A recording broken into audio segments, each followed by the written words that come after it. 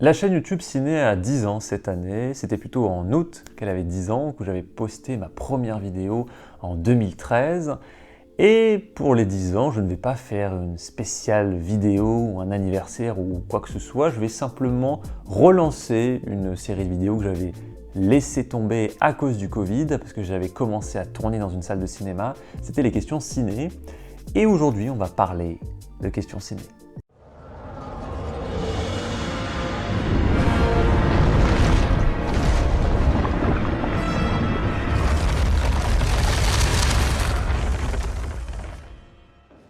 La question ciné, ce serait qu'est-ce que Director's Cut, Final Cut, Alternative Version, version longue, version cinéma, et un peu comprendre tout ça.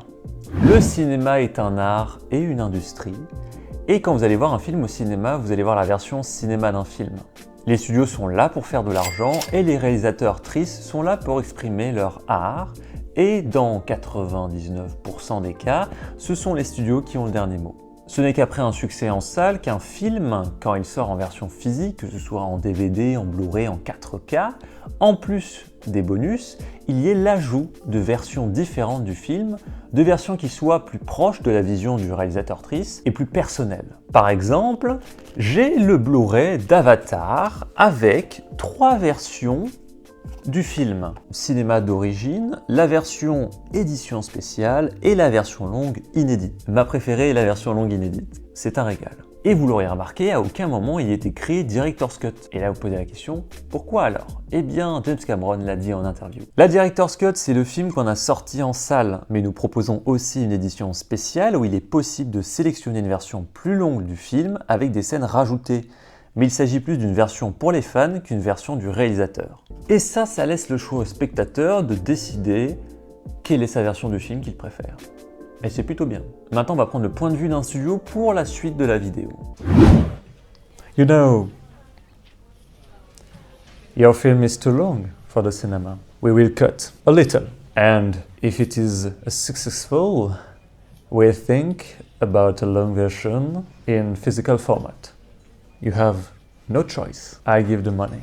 Sometimes it's not my fault. Just during the test screening, people think and the team film that this or that scene was not interest, so we removed it.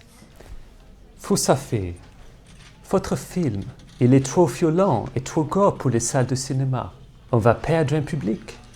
Et si on perd un public, on perd l'argent. Alors on va couper dans le film tout ce qui est violent et gore. Et ensuite, si votre film a du succès, là, on sortira une version non censurée dans la version format physique. Je donne l'argent, vous fermez gueule.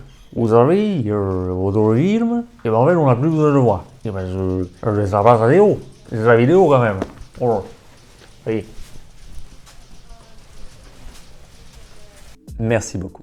Quand on tourne un film, il arrive parfois qu'on ait des changements d'idées en cours de route et que certaines scènes soient filmées d'une manière puis d'une autre pour avoir deux choses différentes et se dire plus tard en post-production, celle-là je garde, celle-là je garde pas, et même parfois avoir des films avec des fins totalement différentes et en avoir plusieurs versions afin d'avoir le choix après en post-production de se dire finalement celle-là est mieux, etc.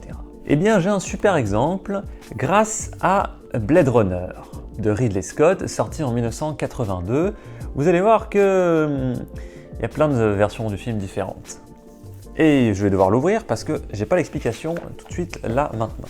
Alors, déjà la jaquette est plutôt jolie. La version originale sortie dans les salles américaines en 1982 et la version originale sortie à l'international.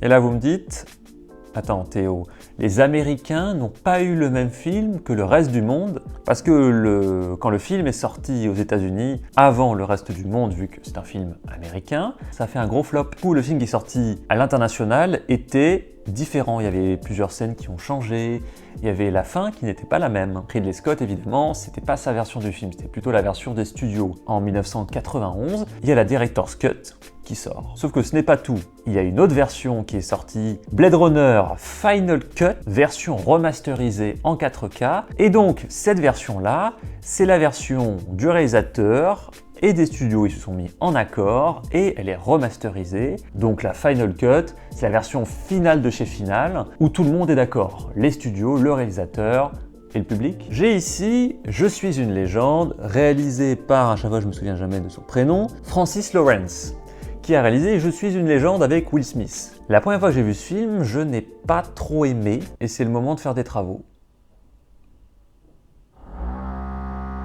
Et on les entend bien, les travaux. Très bien.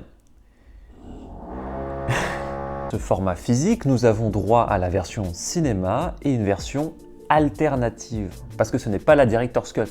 C'est une version qui a été tournée, qui est 1000 fois mieux que la version cinéma et que je vous invite à voir. Parce que vraiment, le film change complètement. C'est plus un blockbuster débile. En 1995, nous avons La Haine qui sort au cinéma. Et les studios disent à Mathieu Kassovitz, je ne sais jamais comment on dit, on va dire Kassovitz. Mec, ton film il est sympa, il est en noir et blanc. Lors de la projection test, si le public est satisfait du noir et blanc et ne le dérange pas, eh bien nous allons garder ça quand le film sortira au cinéma en salle. Si le public n'est pas convaincu, eh bien le film sortira en couleur. La suite, vous la connaissez. Et donc, quoi de mieux pour synthétiser parler du noir et blanc? Nous allons parler de Logan et de Mad Max Fury Road.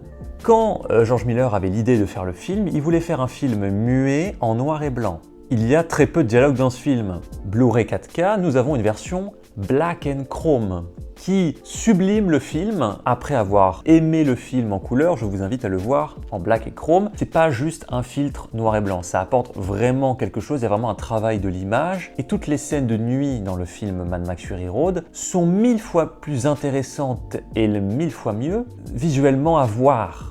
Parce que dans la version couleur, c'est vraiment une espèce de nuit américaine dégueulasse, vraiment moche et c'est un passage pas intéressant du tout, alors que la version Black et Chrome est beaucoup plus intéressante. Et pareil pour Logan, dans la version noir et blanc, une identité visuelle beaucoup plus intéressante que la version couleur. Et ce qui est extrêmement drôle, c'est que là il y a écrit le blockbuster depuis Mad Max, le meilleur blockbuster depuis Mad Max Fury Road. Et je compare les deux, c'est marrant. Et maintenant, pour essayer de synthétiser un peu tout ce que je vous ai dit, on a un super exemple qui s'appelle Justice League Snyder Cut. N'est pas un film de Zack Snyder, c'est un film de Joss Whedon, car Zack Snyder a eu un suicide dans sa famille, il a dû abandonner le film en cours de route, et donc quand Zack Snyder a réalisé Man of Steel, a réalisé Batman vs Superman, et avait la tâche de faire Justice League pour concurrencer Marvel avec Avengers. Ça ressemblait trop à du Marvel parce que justement c'était le réalisateur qui avait fait Avengers qui avait réalisé Justice League. 2 semaines après la sortie du film, les fans ont créé une pétition. Ça a marché, il a fallu attendre 2021, 4 ans, pour que Zack Snyder puisse refaire son film Justice League comme il voulait le faire, et on a eu énormément de changements. D'abord, le film il dure 4 heures, celui-là. Ensuite, il y a des costumes qui changent de couleur, il y a même le format d'image.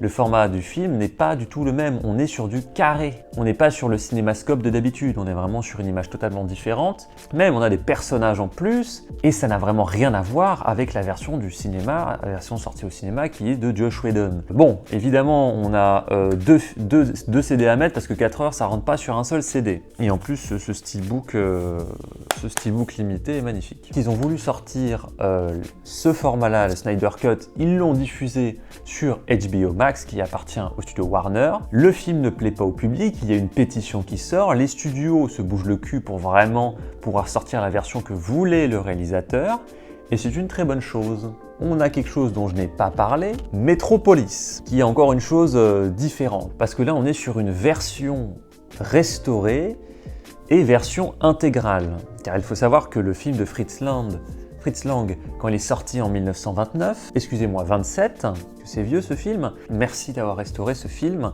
que je n'ai pas aimé, malheureusement, hein, tous les adorateurs du cinéma vont gueuler. C'est un film qu'il faut voir dans sa vie évidemment, donc je l'ai vu, je n'ai pas aimé, mais pour 1927, ça te met quand même une sacrée claque, tout l'imaginaire visuel de la ville, des machines, et de l'histoire, et c'est du muet, et ça arrive quand même à faire passer des trucs. Donc, moi je regrette de ne pas pouvoir avoir droit à mon Mad Max Fury Road en muet noir et blanc, mais bon, on se consolera avec la version Black et Chrome. finir sur ça en vous montrant que les versions restaurées aussi de vieux films sont intéressantes parce que parfois on a des choses en plus. Et ça, c'est vraiment pas mal, contrairement aux plateformes de streaming où vous n'aurez jamais des versions différentes. Voilà, c'est la fin de cette vidéo. Si vous l'avez aimé, vous pouvez lâcher un pouce bleu, vous pouvez vous abonner si ce n'est pas déjà fait, vous pouvez me dire en commentaire le film ou la version du film que vous préférez de ce que je vous ai présenté ou tout simplement d'autres films, hein, parce que j'ai pas parlé de la Director's Cut de Terminator Renaissance, de la version de Watchmen, de la version longue de King Kong, de la version de Black, de la version longue de Chronicle que vous n'avez pas vu, de la version censurée de Discovery, vraiment bien, cinéma, c'est génial, de la version de Hellboy évidemment, de la version d'Alice, de la version d'Amadeus, Amadeus, on s'est parlé, de la et de la version longue censurée de Hancock, où juste le début, et super original. La scène de sexe, c'est incroyable, et c'est dommage qu'il ait retiré. Et voilà, sur ce, allez au cinéma, et moi je vous dis Violet Cachoun.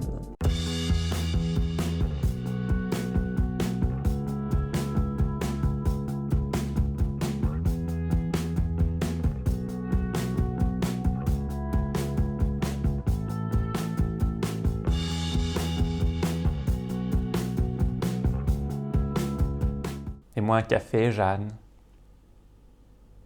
Elle est où, Jeanne? Jeanne? Tu es là? Jeanne? Au secours.